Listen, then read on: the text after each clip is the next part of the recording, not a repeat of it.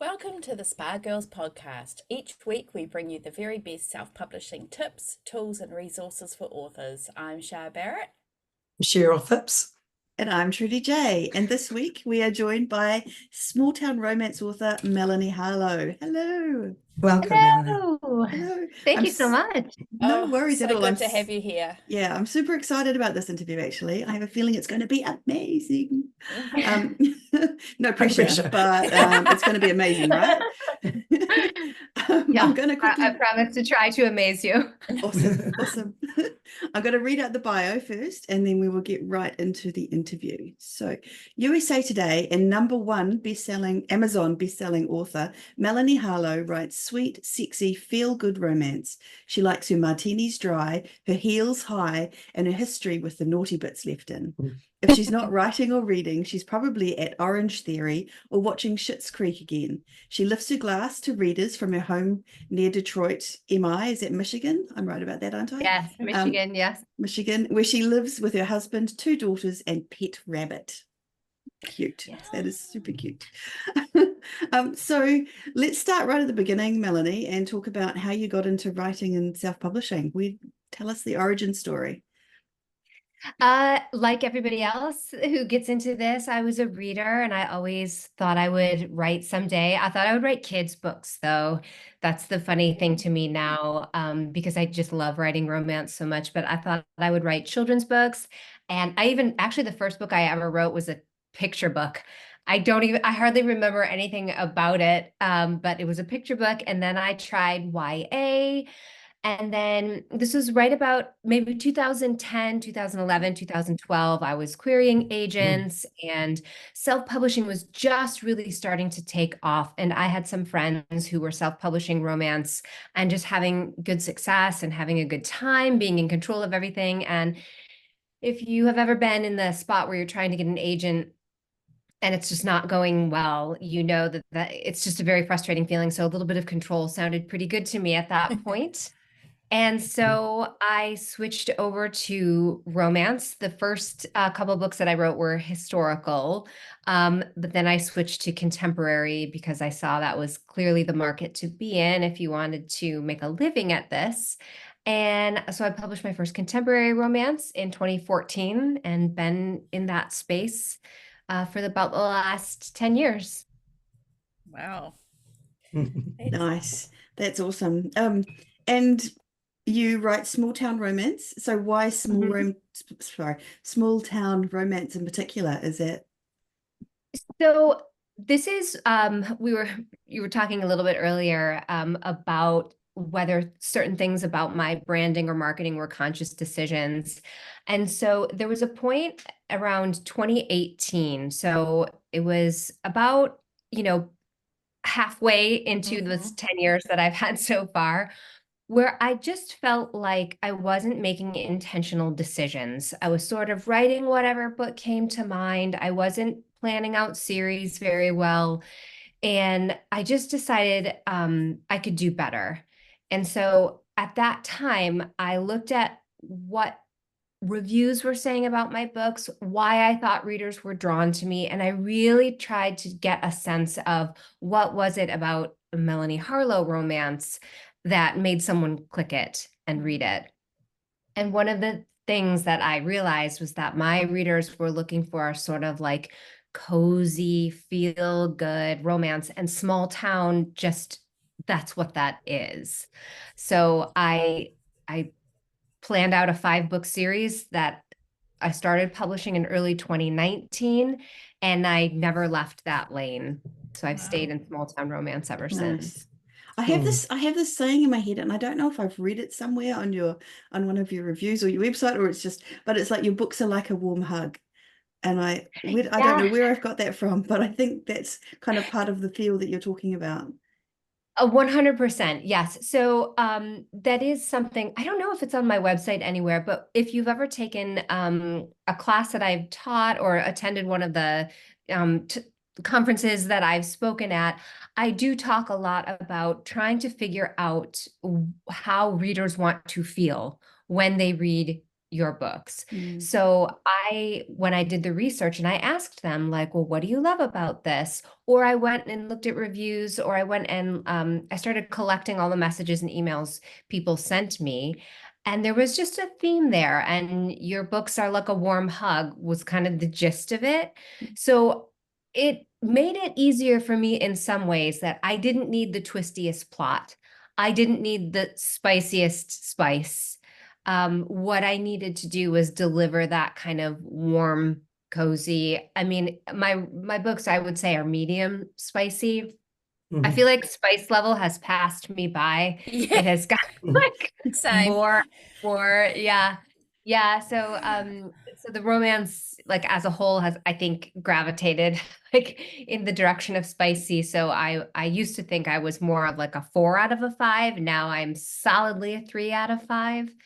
So there is some heat there, but I don't think it's why people were coming to me.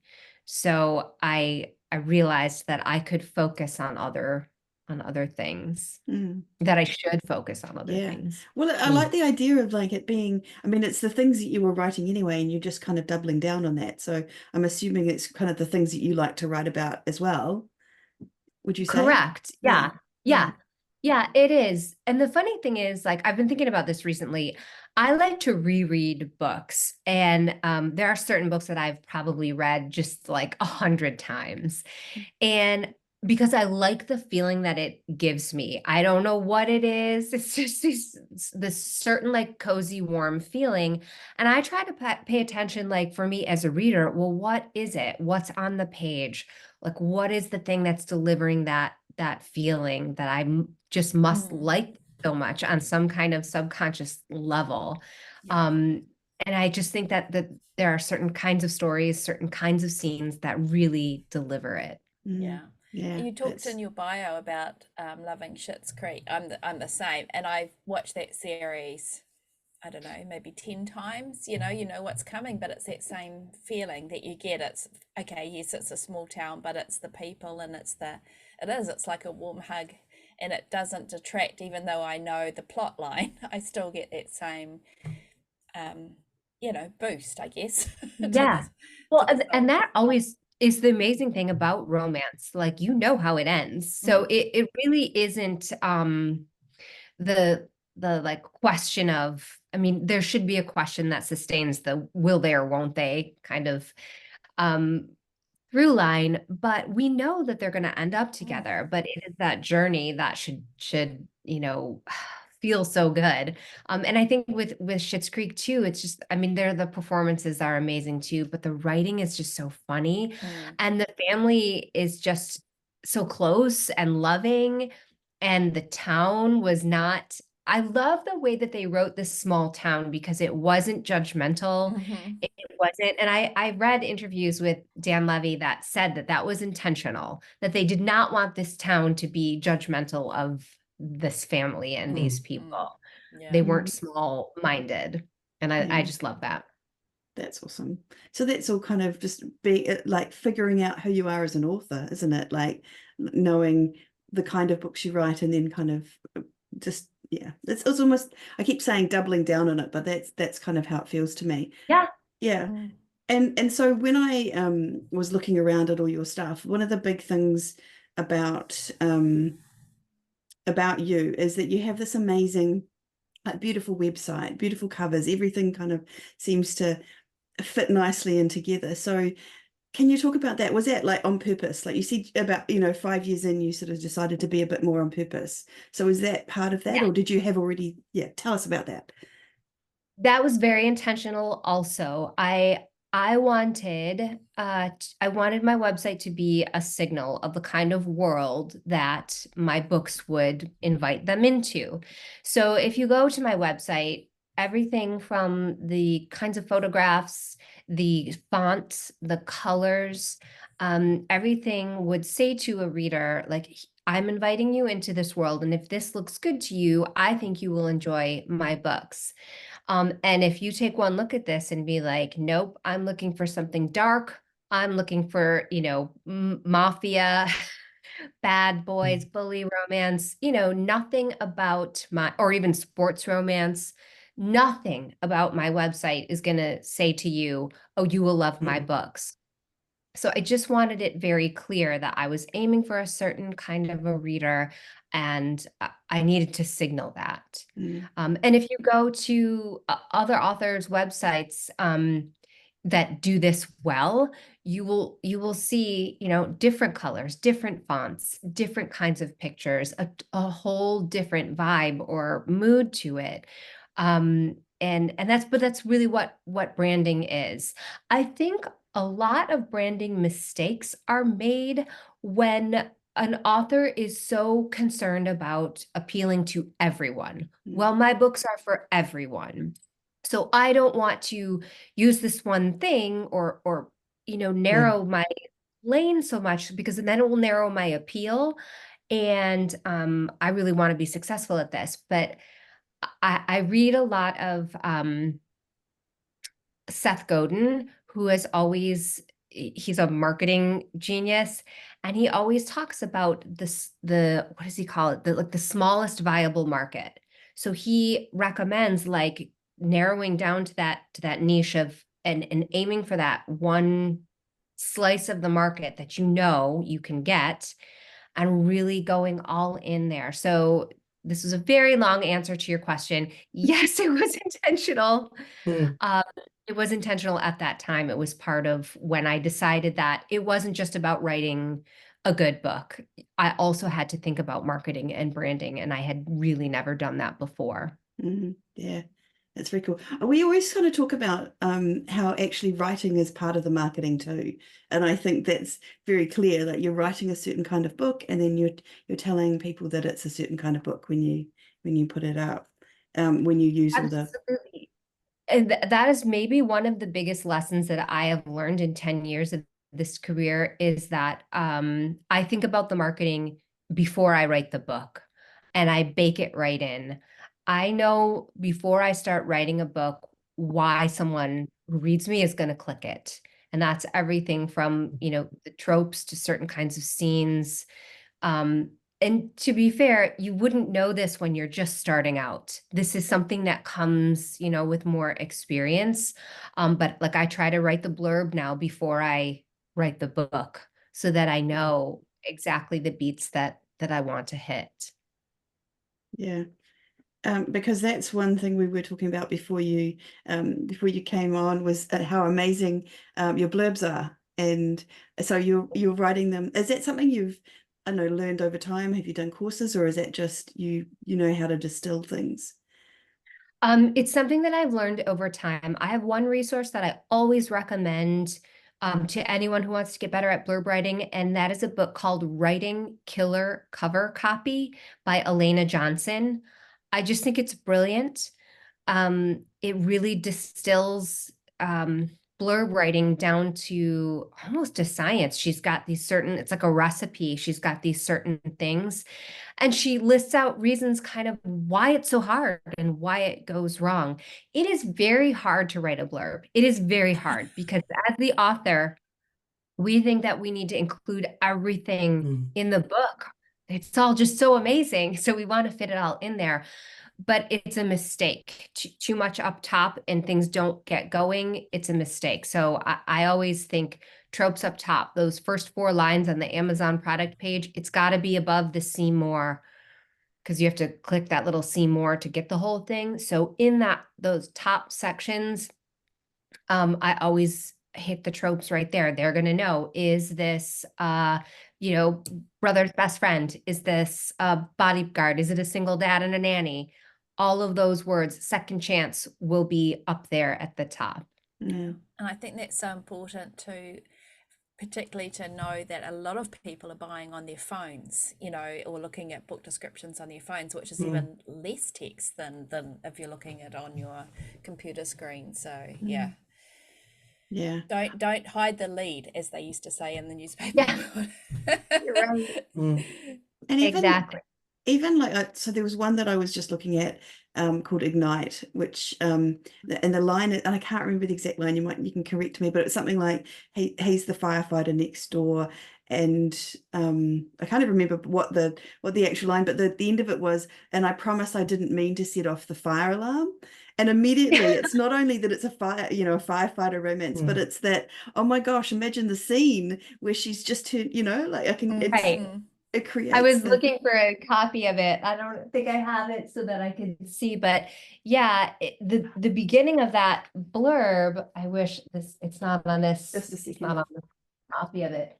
The beginning of that blurb, okay, is something like he's it's a hot single dad next door and a firefighter or something. So I get single dad next door and firefighter all in that first line, I think. But I swear I didn't set off that smoke alarm on purpose. Yeah. So can I just point out though, the second line is what got me. So my new neighbor is a firefighter and a scorching hot single dad, but I swear I didn't set that smoke alarm on purpose, and I was beyond mortified when he rushed in and saw me naked. Yeah. I love it. It's so clever. So you can see in that first sentence, I got neighbor, I got single dad, and I got firefighter. That's three tropes right there where a lot of people are just going to go click. I don't care what the rest of the story is. Like, give me a firefighting single dad that lives next door. And then the hook of it was oops, I set off a fire alarm and he came rushing in and I happened to be naked. That was the hook. And I put that, I think that's in like chapter 2.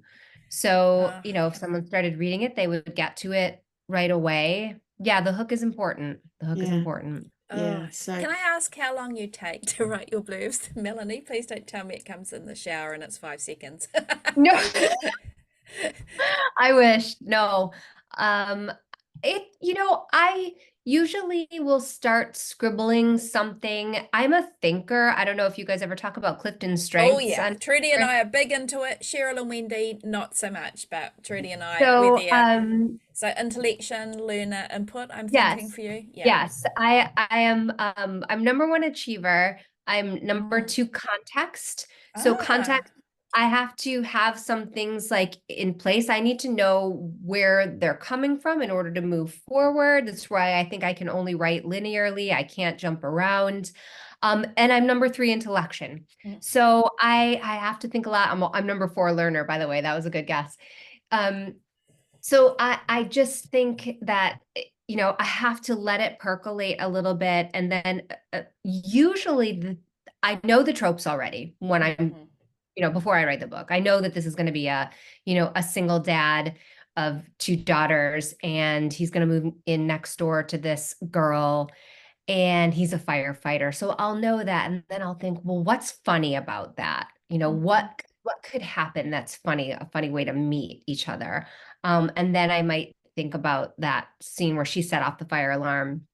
It was the steam from her shower. That actually happens to me all the time in my house. So I was like, this would be funny. And then I try to craft the blurb that has those tropes, those hooks, and then, a little bit of heat to it. And then the conflict, really, why can't they be together? And because I want the reader to be like, okay, well, how is she going to do this? But no, it doesn't like just pop out fully formed. It takes some days, sometimes up to a week, maybe. And I can imagine that as you're working on that blurb itself, it's kind of the cogs in your brain are also thinking of the story on a bigger scale kind of thing. It's sort of, it's kind of plotting without plotting, if you like. I don't know, it's close to I really want to be a plotter so badly. But I really struggle when I sit down to do it. It just won't come. I have to start getting in there and noodling around. I can know the tropes. And at this point, I've written 30 some books. I don't even know how many. So I know I'm a big fan of structure. So I kind of can see the bones of the story, and I know the promise of a premise. Like if you're writing a stranded romance, I'm like, okay, well, they have to get here. They have to get to the place where there's only one room, and then in the room, there's only one bed. And so I know the things that I have to hit. But but I'm really not good at like chapter by chapter outlining or plotting out. I have to get in there and do it. And sometimes if I try to write a blurb and it's just not happening, I think, okay, well, they're not talking to me enough yet. I can't hear, because I write my blurbs in first person. And so I do have to just get in and start writing and feeling out the story. And then the blurb will fill itself in. Yeah. Okay. That's interesting. It's so fascinating how different people write Yeah. and I keep know. things all together. So if the blurbs are in first person, are the stories in first person as well? Yes. And just alternating points of view? Yes. Yeah. Yes. Nice. Well, that's cool. So I've got the question, how would you describe your brand? But I feel like we've kind of gone over that. Is there anything more that you would add about your brand in terms of how you would? I don't think so. I mean, I think if you look at my website, it says like small town contemporary romance that's pretty much equal parts sweet and sexy. You know, compared to some contemporary romance authors, I'm probably a little bit sweeter. Compared to others, I might be a little bit more on the spicy side. So I think it's a good middle ground. I do hear the word sweet applied to my stories a lot. So I think what that says to me is people are reading a lot of darker stuff. So my books seem on the sweeter side. Yeah. Which is interesting because when I think of sweet, it's often no sex, but you've definitely got sex on the. That's how I would have thought of it too. Like more like clean and wholesome, even though I don't love the word, clean. It's not like there's it's funny dirty. words. Yeah. Filthy. Yeah. But yeah, I would have thought that sweeter kind of signaled no heat or very low heat. But I think sweeter now kind of is just like just the feeling of it. And maybe the kinds of characters, like I do not write, I mean, in a small town, you're not really going to have, I have written one billionaire, but I don't write a lot of, billionaire executives. I don't write office romance. It's the firefighter and the nanny or, those kinds of storylines that I think lend themselves to a little bit sweeter story. Yeah. So how do you market a book that could straddle both sides? Is that difficult for you? That's a good question. I mean, I don't think I'm straddling two sides of like a spice from a spice perspective. I'm pretty much middle of the road. I make it clear in my blurb, there will be heat on the page. You will know. So that someone looking for a clean romance, no, someone looking for closed door is not going to pick up my book. And that's fine. That is fine. When they read that blurb, I don't want that person to buy my book and read it because they're going to review it and they're going to be like, because I've gotten these reviews, they're going to say, oh, her characters use the F word. This book was full of the F word. And it's true. I mean, it's not full of the F word, but it's in there. And if someone has a problem with profanity, I'm not for them. So I just try to use the blurb to make a few things clear. This isn't going to be wholesome closed door romance, but also the tropes are there and the characters are there, which indicates like, okay, there's this level of like small town sweet to it. Yeah, I think the covers also do it too, don't you think? Like, I feel like your covers indicate a heat level. Yeah, I think so too. Covers, I'm tearing my hair out about covers these days because the market has moved in a different direction, really. People have gone to these illustrated covers, which to me always looked like kind of like kids' books. But certainly now we have illustrated covers and the heat level is well beyond what I write.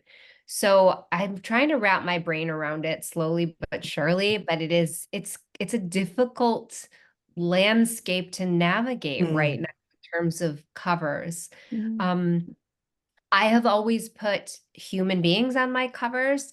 And then as the market shifted, I have two versions. Now I have a paperback that's, no people on it. and I have an ebook that has people on it. But then the people who want, the readers who want people on their covers also want a paperback with people on the covers. So now we're talking about all these multiple versions of a book, and it's getting tiresome, you guys. That's your head. I'm really tired.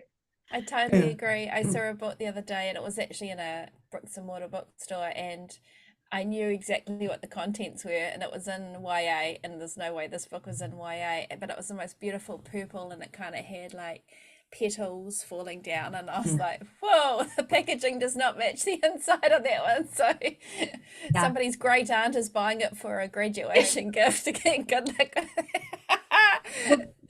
There was this book that is currently very popular on Book Talk, but this is not a clean book, and it has an illustrated cover, and it was being shelved on the kids' shelf at Target. And this photo was making the rounds, and people were like, oh my, and I'm like, oh my goodness gracious me, this is not okay.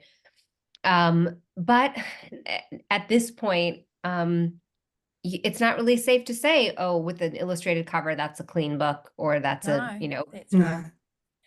No. Yeah, it's interesting how Book Talk, I feel like Book Talk has influenced that cover shift. To me personally, it seemed to coincide with the kind of the growth of that, and then the sudden shift to or sort of typography, or the illustrated kind of cutesy ones. So Interesting. So you've got some amazing marketing strategies that you have. I know, for example, you've got a Facebook group with 17,000 people in it. Wow. And newsletters and things like that. So let's start. When you started out, what did you have a strategy for that? Did you decide I'm going to do Facebook and newsletter, or do you? Explain to us. So we're talking 2013 when I first started publishing. I didn't have anything. I didn't have a newsletter. I didn't have a Facebook group. And then I published, after I published my first contemporary romance, so this is maybe March of 2014, I thought, okay, I think I need some help with this. Or it might have even been later in that year, but I was starting to have some success. Once I started publishing in contemporary romance, people were emailing me. I did have an email address, and I had a Facebook page, and I would get messages and emails. Do you have a reader group? Where can I get on your, how can I get on your newsletter list? And I was like, I guess I need a newsletter list. I believe I started a newsletter list. I didn't know anything about how to grow it. And then I finally, later that year, ended up hiring like a kind of a promotional PR company, and they hooked me up with an assistant who is still with me to this day. So, and she was the one who said, you need a Facebook group, you need to get on Goodreads, you need, she basically told me what to do, because I think she had worked for one other author. I just got very, very lucky. And I was like, well, a Facebook group's going to be embarrassing. Like, no one's going to join it. I still remember when I hit 50 people, I was like, I am so popular. 50 people in my reader group. I felt so good about that. And then it was just slowly but surely at the time. So now we're talking 2014, 2015, even into 2016, Facebook was a very popular place for indie romance readers. So they were looking for reader groups. We would do takeovers and giveaways. And so I was putting my newsletter sign up and join my Facebook group every time I did a giveaway. And it was just, it kind of grew that way, sort of slowly over time. My newsletter list is the one thing I will say that I take very good care of it. I'm very invested in growing it, and then in keeping those readers happy. And I've really, the one thing that I did that has built that newsletter list more than anything is when you finish a Melanie Harlow book, it will say the end, and then it will say, thank you so much for reading this. If you would like more, or if you would like a sneak peek into their future, the couple that they just finished reading about, Subscribe to my newsletter using the QR code below or using the link below. And the first thing you'll get is a bonus scene looking into their future. Nice. And in the ebook, it's just a link, and then in the paperback, it's a QR code.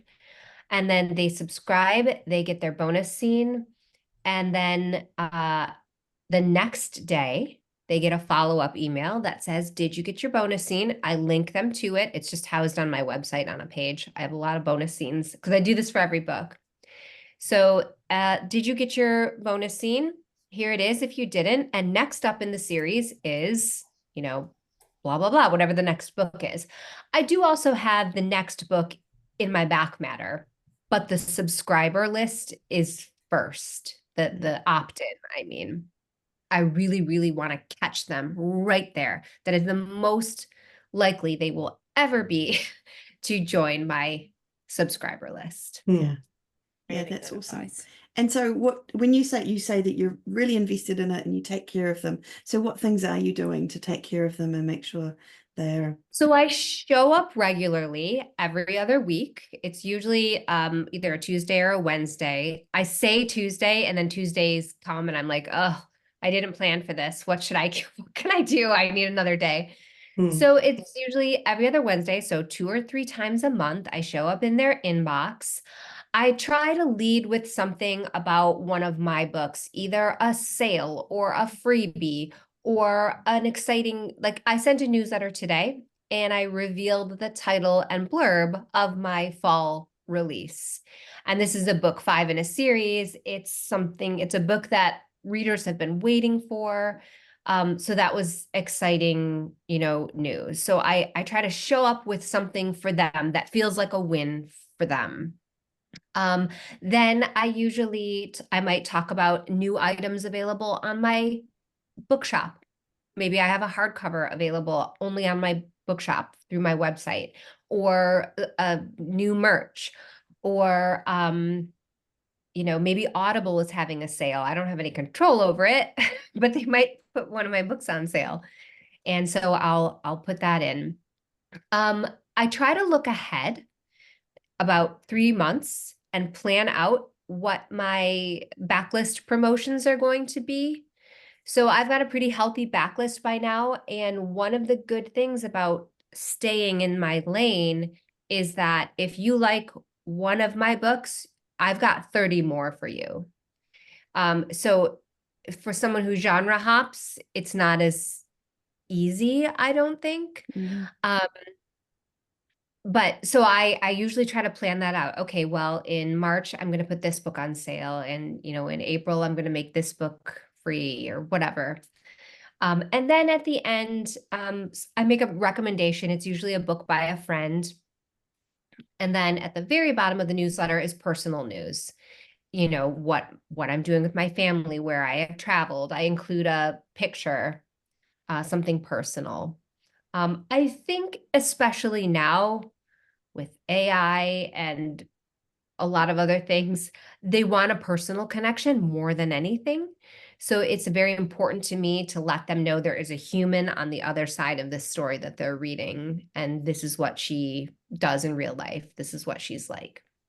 It's interesting to me that you put it at the bottom rather than at the top. Is that obviously on purpose? What's the personal stuff? Yeah, I don't know. It's just like I start with like the thing that I want them to do. If I want them to download the freebie, usually if I'm trying to, let's say I have a release coming out, I might make book 1 in that series free. So if they haven't gotten around to this series yet, I want to get them in. So usually it's a business thing up front. I mean, I am running a business. I want to sound like I'm emailing a friend, but the reality is I am running a business. So it's a little bit of both. And I get the business out of the way, and then I end with the more personal things. Yeah, I like it. It makes a lot of sense. Does make sense. Yeah. And so you've got what else can I ask about the newsletter list? So every other week, and do you get replies to that? Do people kind of come back to you and go, oh? Yes. So something like today where I revealed the title and the blurb, I will get some replies, readers saying, oh my gosh, I'm so excited for this. You know, when I reveal a cover, I might get replies saying, oh my gosh, I love this. Other times, well, for example, today, I don't think I got as many replies as I might have, but I put a pre-order button in. There was a pretty specific call to action. So I revealed the title and the blurb, and then it was like pre-order for Kindle now, pre-order for paperback now. And so that's really what I wanted them to do. So some of them will do that and take the time to reply to me. And that's great. Those are like, you know, my 10% super loyal, like will read the grocery list kind of a thing. But most people, they're probably not going to reply, but I hope that they pre-order. Do you have a street team that's newsletter, like a, you know, like a VOP or a certain people who are reading review copies or anything like that? Yes.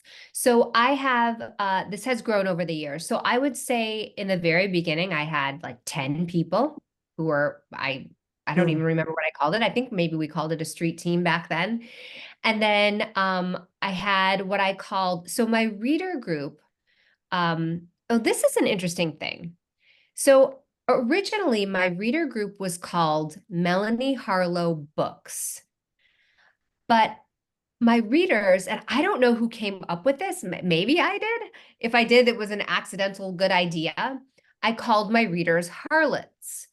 And so then my assistant was like, we need to change the name of your reader group to Melanie Harlow's Harlots. And I'm very glad I did that because then I had very specific branding, like harlot branding. So because Melanie Harlow Books was really pretty bland. So Melanie Harlow's Harlots is better. So then to be a harlot became kind of part of an identity of this book reading community. And so I have a harlot ARC team. And I think it grew from 20 to 50 to 100. And then I think the biggest it ever got was about 200 people. And these were people, my assistant runs this team. I still have it.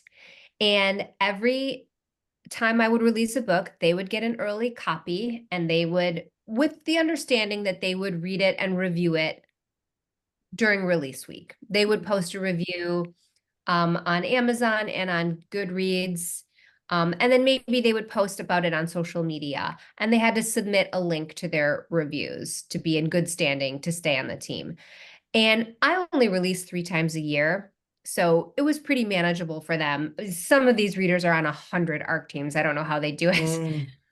But so that was going pretty well. Eventually, I would say around 2016, I also hired a PR company that then would do signups, and bloggers would sign up to get ARCs.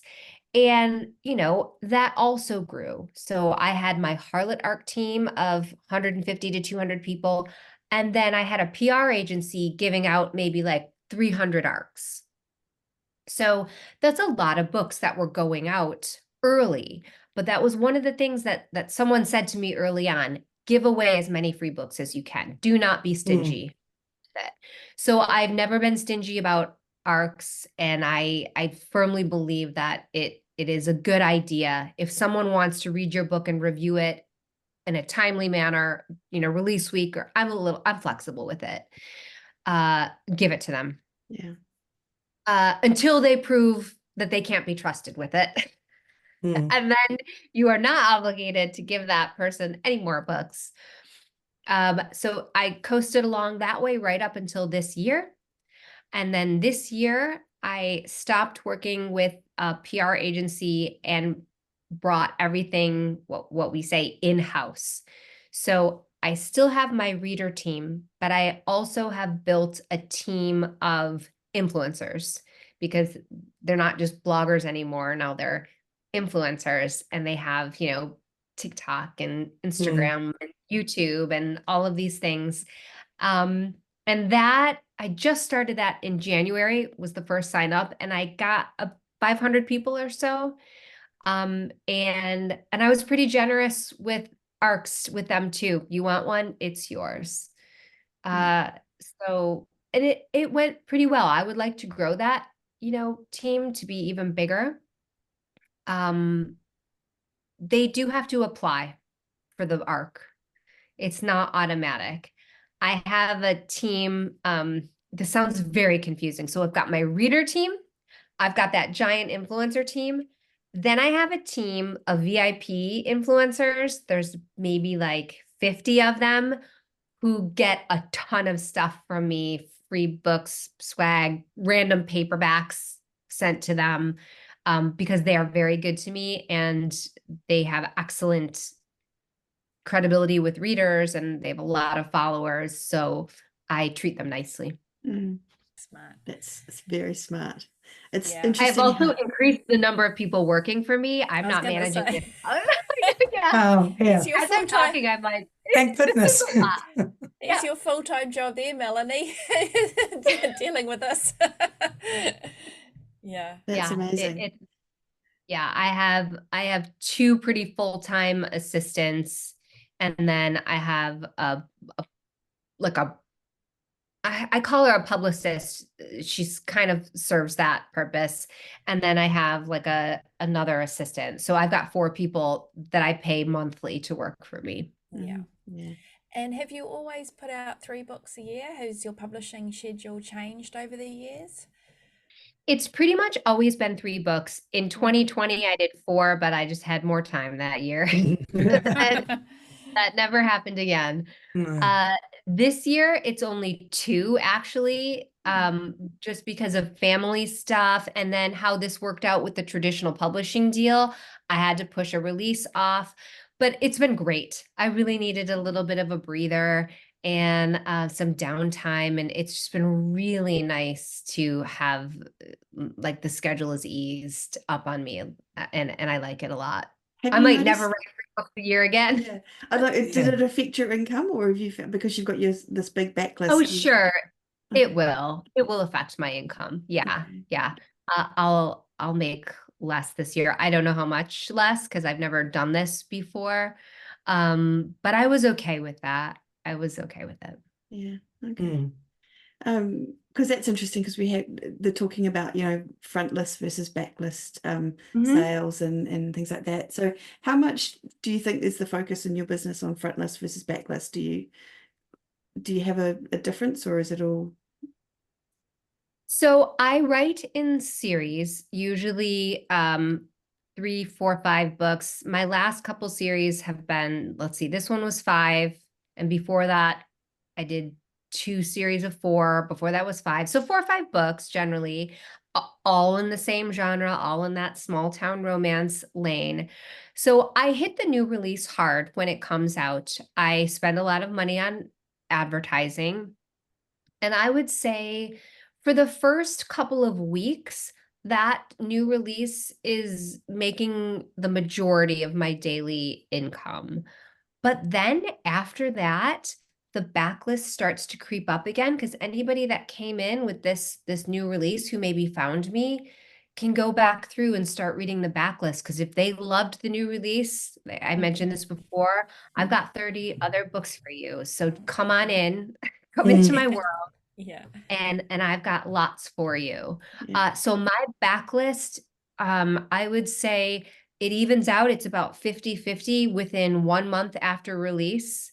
And then the backlist creeps up even higher, especially as I taper the ad spend on the new release. I do have some like evergreen ads running on first books in the series that I know convert well. So like Ignite, that firefighter one we were talking about, that was a unicorn for me. And I wish I knew what it was and could repeat it every time. I don't know what it was, but it converts well. And so I always have ads running to that book. I just got lucky that it was a book 1. And when you say ads, you're talking Facebook ads predominantly, Melanie? Facebook ads, Amazon ads, and I have done some TikTok ads as well. That's newer for me. So it's it can be hard to tell what's doing what, you know. Yeah. But those are the three kinds of digital ads that I run. Are you in KU? Is that right? Or are you wide? Correct. KU. Yes. Okay. Yeah, that makes sense. Okay. And so you do a lot. I'm not surprised you've got four assistants, because I'm like, wow. So you've got 17,000 people in your Facebook reader group. So how do you do you post there very often? Is it different from the newsletter? Are some people in both? Like, how does that all work? Yeah, the super fans are in both. So Facebook is an older demographic. So I've got a lot of people in that group that have been with me a long time. And I'm in that group every day, at least once. I'm pretty active in there. And sometimes they talk about the newsletter. Sometimes they will talk about, oh, I just ordered this paperback, or they'll have a question about something, or they'll say they're looking for books like mine, that I've read everything Melanie Harlow has written. Can anybody make any suggestions? And I love recommending other authors in there too. And so we talk about books.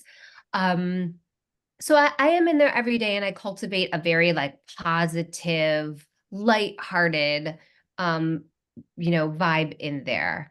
But that's a different demographic than, say, is on Instagram. And I'll just be perfectly honest. I don't even know how to use TikTok. I'm too old for it. So one of the women on my team is really she is Melanie Harlow TikTok, and she does my Instagram also. So it looks like I do a lot, but I have delegated a lot of social media management, specifically TikTok and Instagram, to other people. If there is something I need to see, she will alert me. If somebody has said something really sweet or funny, I get on there and comment. Otherwise, she is monitoring and posting for me. I would run out of hours in a day. And the most important thing is I have to get the books written. Yeah, absolutely. And so do you think that Facebook group, is it still as effective as it was back in the heyday of swaps and that you... Yeah, we don't do any of those anymore, do we? It's hard for me to say. If I were just starting out today, I think I would create a reader group, because I think a certain demographic of readers is still on Facebook a lot. They might skew a little bit older, but they are still there. But I would also say, get an Instagram going and get a TikTok account going if you can manage it. Nothing has been as powerful or influential as Book Talk has been, and it's free, and it does work. So I would say to someone starting out, definitely take advantage of that. It's a pain, I know it is, and no one likes it, but it's free and it can work for you. Yeah, it's free. It doesn't cost money, but it definitely costs time. I think you have to kind of, yeah. Yes, yeah. Yeah. So I remember, oh, sorry. I was just going to say, yeah. I was listening to Elana Johnson on a podcast one time, and she said, I have three resources. I have money, I have time, and I have mental energy to devote to something. And she said she takes all three of them very seriously, just as serious as the other one. And I love that, because I was like, you know what? She is right. My time. And that's one of the reasons why I'm only writing 2 books this year. I needed some of that time back to spend on other things, not just on my, career. So I think was a really smart way to look at it. Yeah. Very And so nice. is that how you do it? When you're deciding what you're going to spend time on? Because as authors, there's 100 million things that we could be putting time into and ways to market. How have you decided over time what to spend your energy on? So the words come first. words come first, that writing the books is the most important thing. I'm not a particularly fast writer. So I have friends that can write 4,000 words in a day. That's not me. So, and I know that I write best in the morning. So I get the words in, and then my next priority is my newsletter. So if that's coming up, I do some work around that, and then it's my Facebook group. Are there days where I don't quite make it into the Facebook group? Sure. Yeah. Um, I also run a Facebook group for authors too, which called Harlow Authors, which was just supposed to be this like tiny group of people. But it has grown. It's much bigger than I thought it would be or wanted it to be. But I do allocate a little bit of time to that each day as well. You're very generous in there. That's what I'm in that Thank group, you. and I've always kind of gone like, wow, she's you really spend time. You talk about stuff that's happening, and it's very generous. Like it's a lovely Thank thing. you. Yeah. Thank you. There were authors that I feel really were generous with me when I was starting out, and I have always thought like, okay, paying it forward is part of this gig. It's good karma.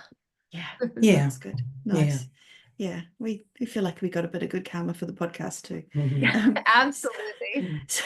So let's talk about this traditional deal that you've mentioned. So where did that come from? What made you decide to get a traditional deal? Tell us all about it.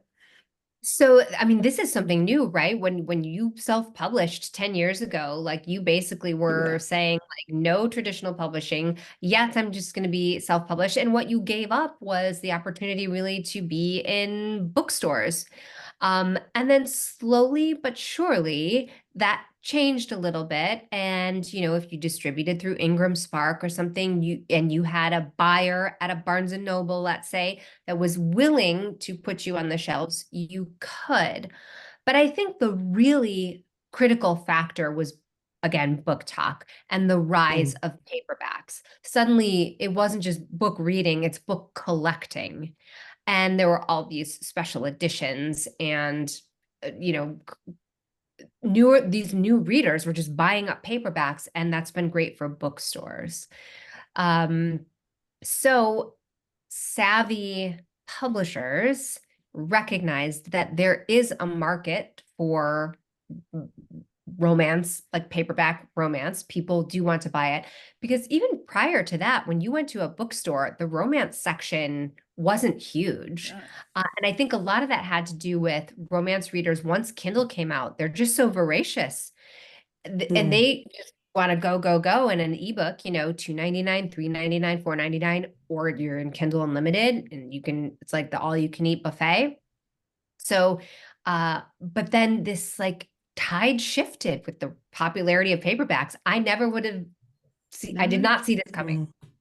But you have publishers like Bloom and like Entangled willing to purchase print rights only, and the author can retain digital and audio rights. And that was what I held out for. And then I got a couple different offers toward the end of last year, and I ended up taking one with Entangled. And I'm super excited about it. I love the editors that I've worked with, the marketing team that I've worked with so far. And so they bought my most current series. And so book 1 is called Runaway Love, and that will release their version of it in July.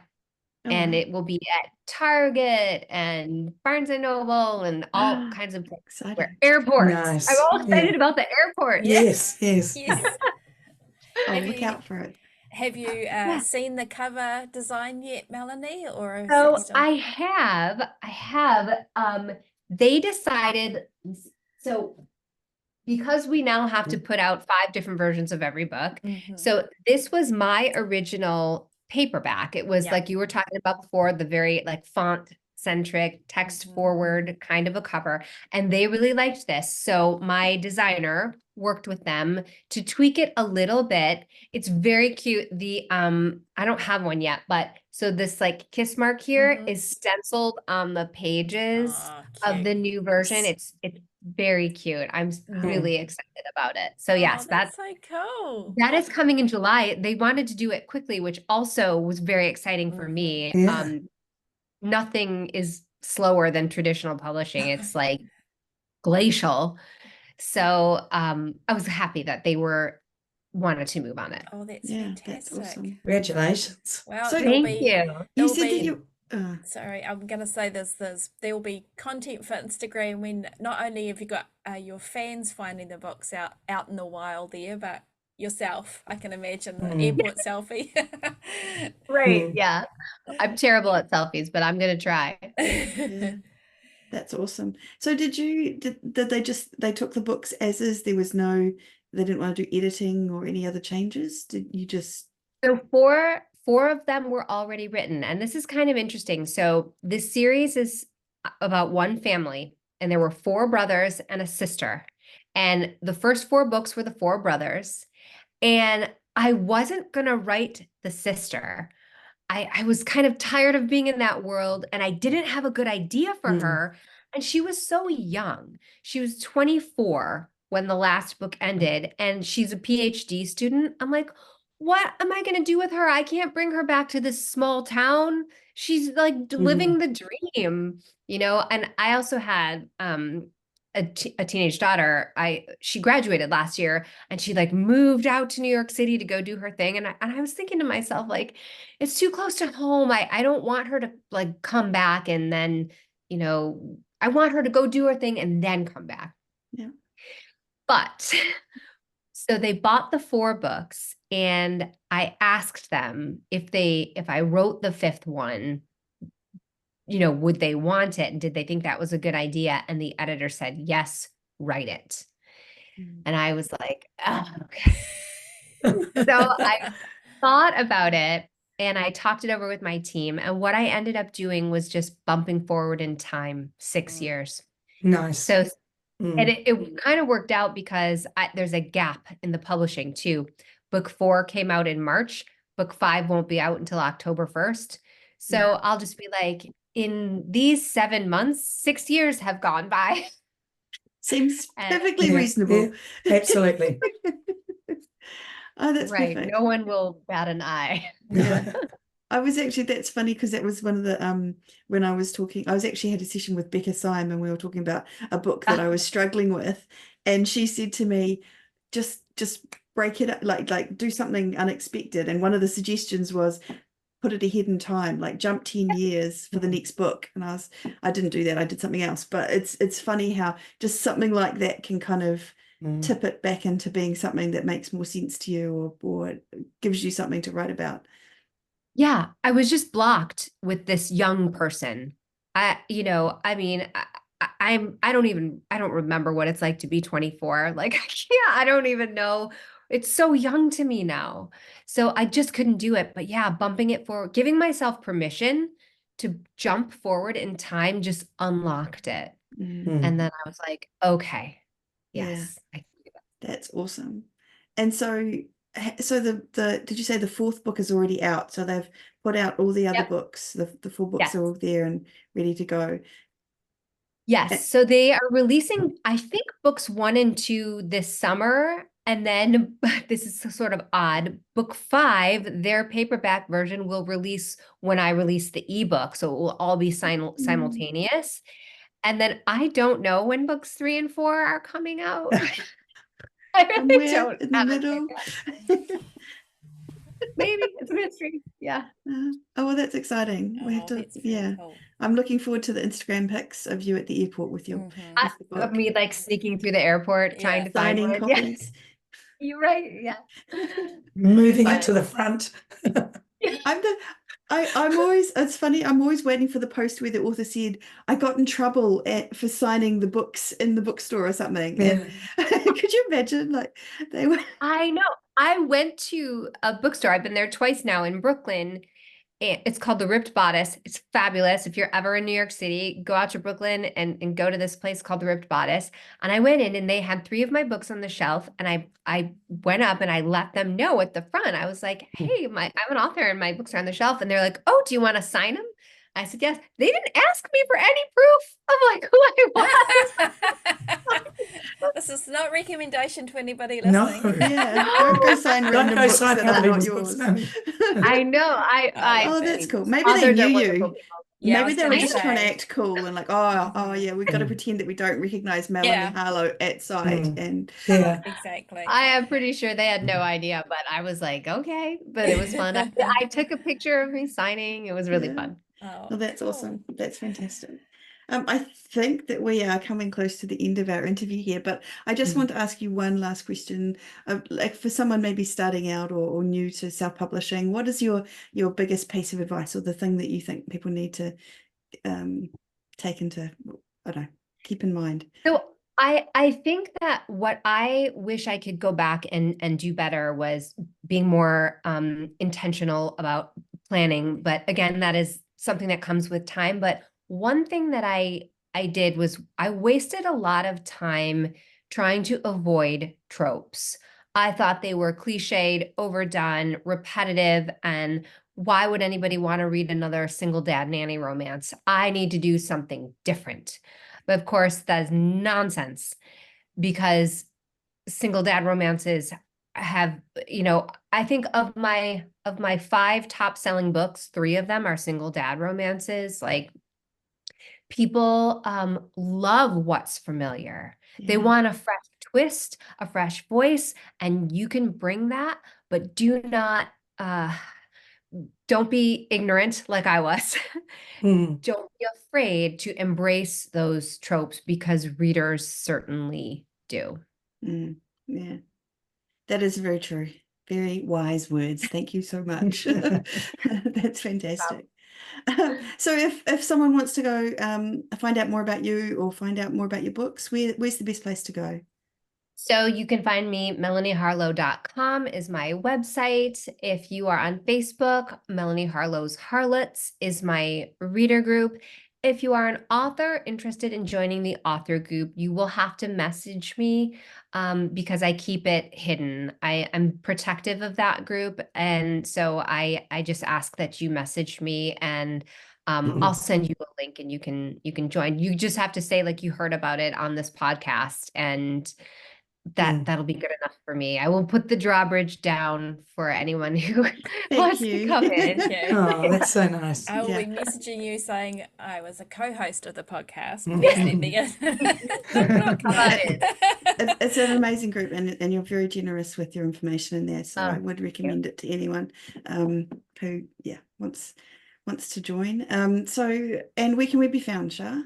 We can be found at spargirlspodcast.com where we've got all our previous episodes and show notes on there, and at patreon.com/spargirlspodcast if you would like to join our community. That's awesome. So thank you again, Melanie. It's been a delight Thank you having so you much. here. My pleasure. Thank you so Appreciated much. it. No worries. And thank you all to all of our listeners for another episode of the Spa Girls podcast. We'll be back again next week. But for now, farewell. Keep well. Bye. Bye.